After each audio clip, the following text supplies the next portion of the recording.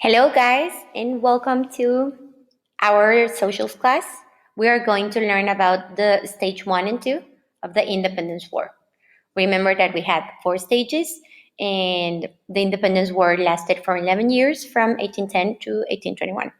So, let's start.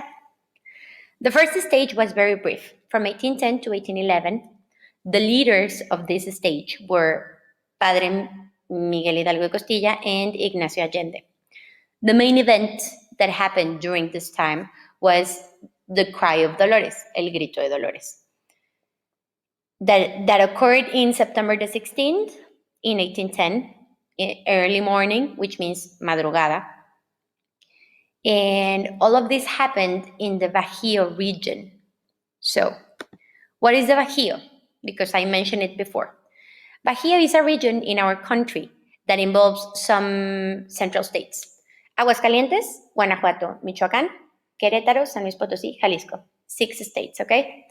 So all of them, back in the day, were located in the area of New Spain. So I am sharing this picture with you so you remember perfectly well how the territory was divided. And you can see that here where it says New Spain, we can locate these states, okay? Those are the states that belong to the Bajío region. It's still called Bajío. So, Father Miguel Hidalgo and Costilla rang the bell. This called the people that became part of something called insurgent army. They were peasants, miners, farmers.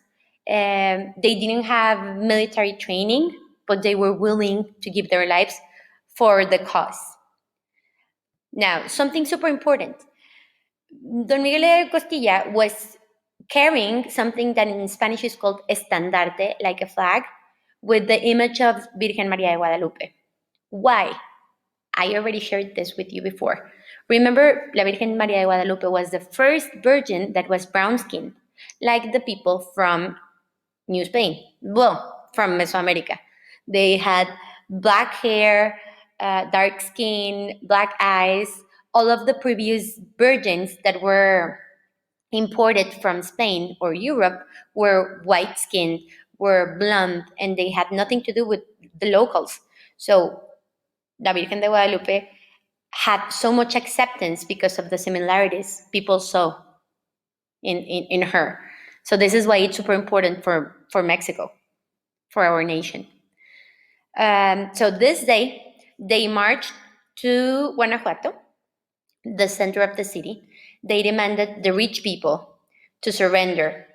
And rich people, instead of surrendering, locked themselves in a building that you can visit still if you go to Guanajuato, called Alhóndiga de Granaditas.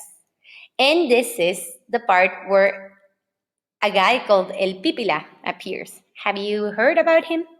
Well, it's supposed to be this person that was carrying a stone in the back. This stone was meant to cover him from the fire, the bullets, and everything that was going on. And he went and opened the door from the Alhóndiga de Granaditas from inside so the insurgent army could enter. And obviously, when they entered, they killed everyone inside. Father Miguel Hidalgo and Costilla was against this, but people were so angry that they, well, finished everyone that was there. So after this, Allende wanted to go and conquer Mexico City, but Miguel Hidalgo Costilla thought it was not the proper time, so they kind of separated.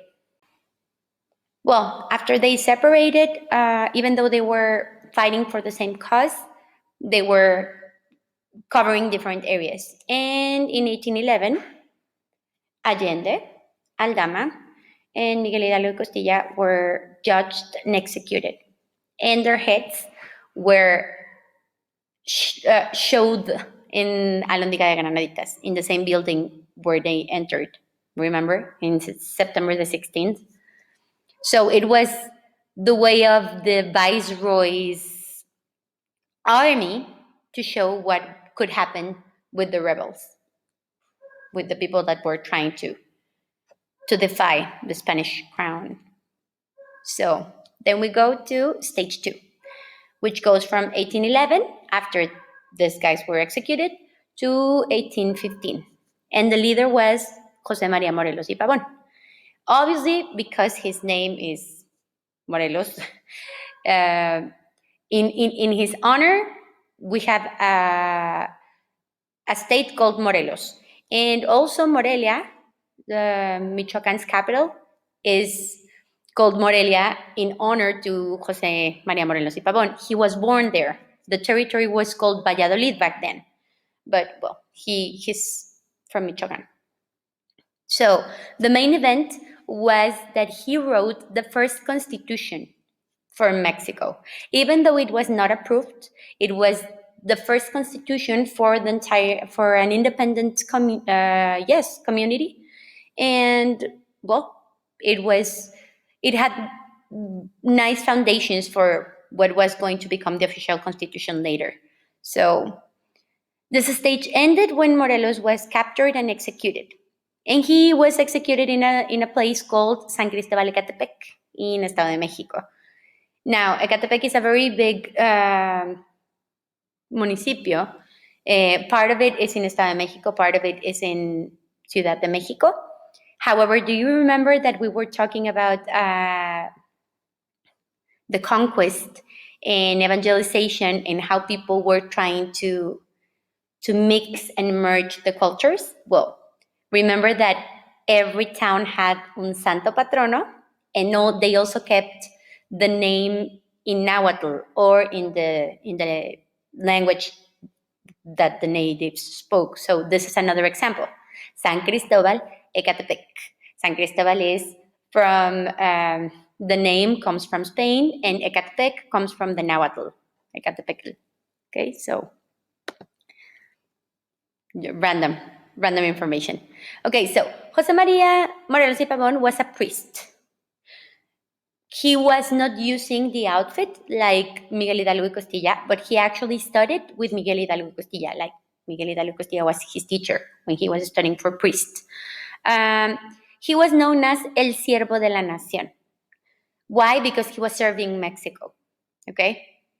And he created a different army. This army had less people, and they were a little bit more organized than the insurgent army. Remember that they were guys all over the place without military training. Well, in this case, they were a little bit more organized. So Jose Maria Morelos y Pavón in 1813 called a reunion congress in Chilpancingo. Chilpancingo is in Morelos. He wrote a document that it's called Sentimientos de la Nación. And this document was talking about a free nation with equal opportunities, with fair treatment for everyone. So this inspired the first constitution. You know, no slavery, good treatment. So he was a visionary back in the day. I mean, people were not thinking like that in those years. And, well, like I told you, the first constitution was issued, which means was like published in October the 22nd, 1814, even though it was not respected or not, it was not took as an official constitution. Well, it inspired the rest of them. And, well, Jose Maria Morelos y Pavón at the end was captured and executed. So these are our first two stages. I hope you were enjoying them as much as I enjoy telling them to you. Have a nice day, guys.